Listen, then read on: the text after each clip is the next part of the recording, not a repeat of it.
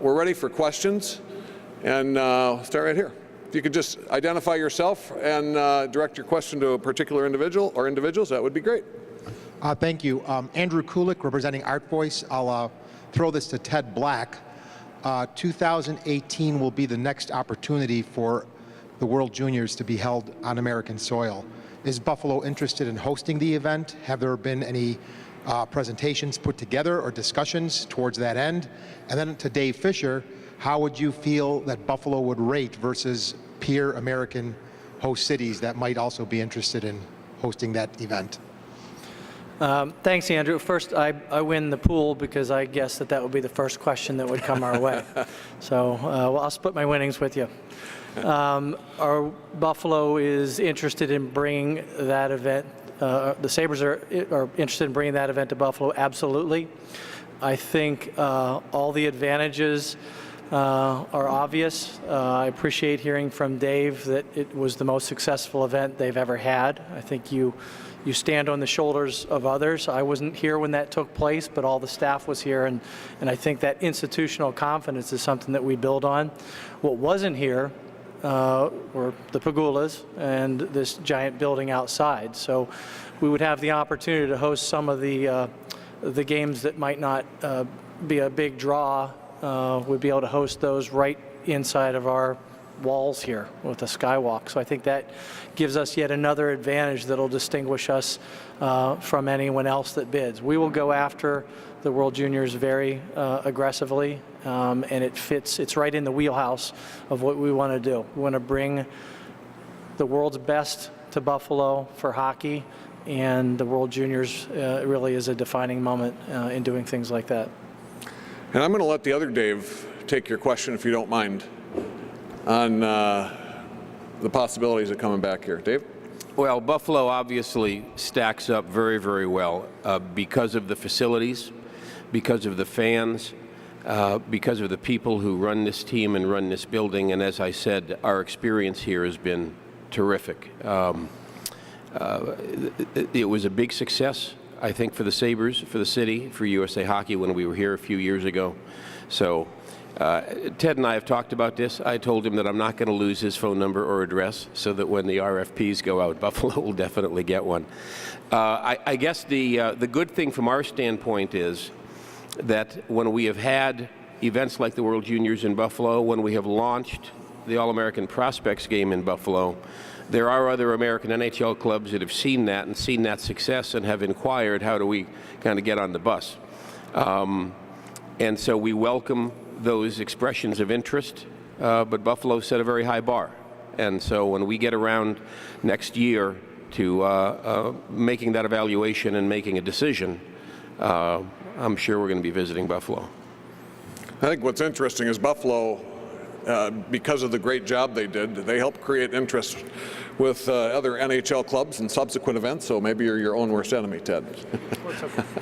No, it is good. Jimmy, anything else to add? Obviously, you were here, too, for the World Juniors in 2006, and maybe you want to just talk about future events, too, that we have on the calendar that USA Hockey will be hosting. Yeah, there's obviously exciting events going on at all our levels. We will be, the Women's Worlds we're going to be hosting in 2015. The Under-18 Championship, which is really a fantastic event that does feature the current draft year players, will be hosting that event in 2016. So I think the buildup of international events comes back on the footsteps of the success that we had here in Buffalo on putting that on the marketplace, if you will, to the hockey world, number one, but secondly for the identity of USA Hockey and continuing to raise the bar for, as Pat mentioned, all the aspirations kids have to wear that jersey. A lot of it now comes from seeing events like the Prospects game, like World Junior Championships and the other IIHF events to get that jersey on. Further questions? And by the way, it's nice to see Kevin Adams here too. Kev, good to see you. Yes, sir, John? John Worrell with the AP. It's for Jim and Dave.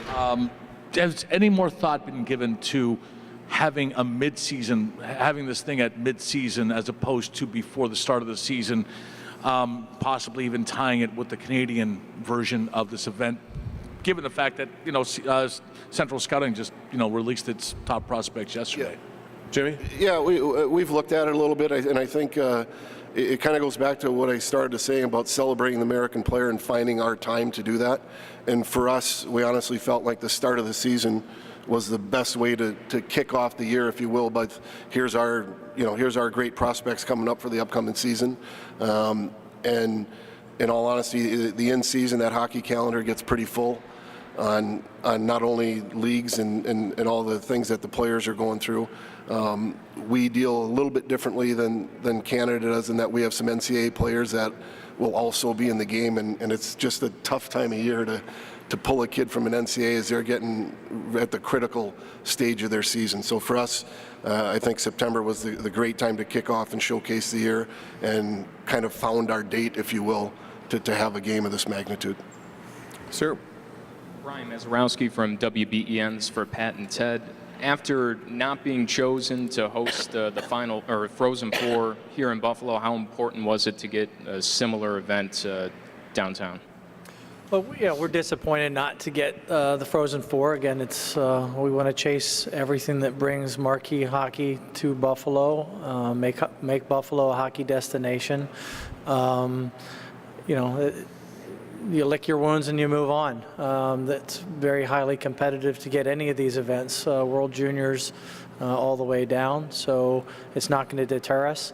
In terms of, on a personal side, it probably means more to get an event like this just because of the relationship we have with U.S. hockey on a global scale. Some of these NCAA tournaments are sort of transient. This is more of a long-term relationship we're trying to build. Not that we don't want to get the NCAA, but when it's gets next in the queue, we'll go after that just as aggressively. I think the inaugural event that was here, and we talked about the Harbor Center, and Ted was mentioning about that. I think that what makes it special next year and the year after will be understanding what the Harbor Center means to Buffalo. And here in Western New York, there's nothing like it. To be able to have 3 rinks and to be able to have hotels and shops and parking and all that all connected. I think the key was to get the Prospects game here next year to see all the growth that's happening. And I think that's going to trigger even more. So the next time when somebody has an opportunity to spend a weekend or come see the Prospects game, they're going to realize how amazing this Harbor Center is that's connected to First Niagara and see the events. And I think that's going to spur on more and more events. And I know Dave's going to make his best effort for 2018. Right, Dave? I like it here. I know. That's why we had Pat sit next to Dave and not me. And I just wanted to add something earlier, too, that when I talked about the 1980 team and the 96 World Cup team and the girls' gold medals, I have to tip my hat to Jim Johansson and the amazing job he's done at the junior level in the championships, because that's really spurred all our growth with all the younger players. So, Jimmy, you've done a heck of a job. Thanks, man. Great job. Thank you. Ted?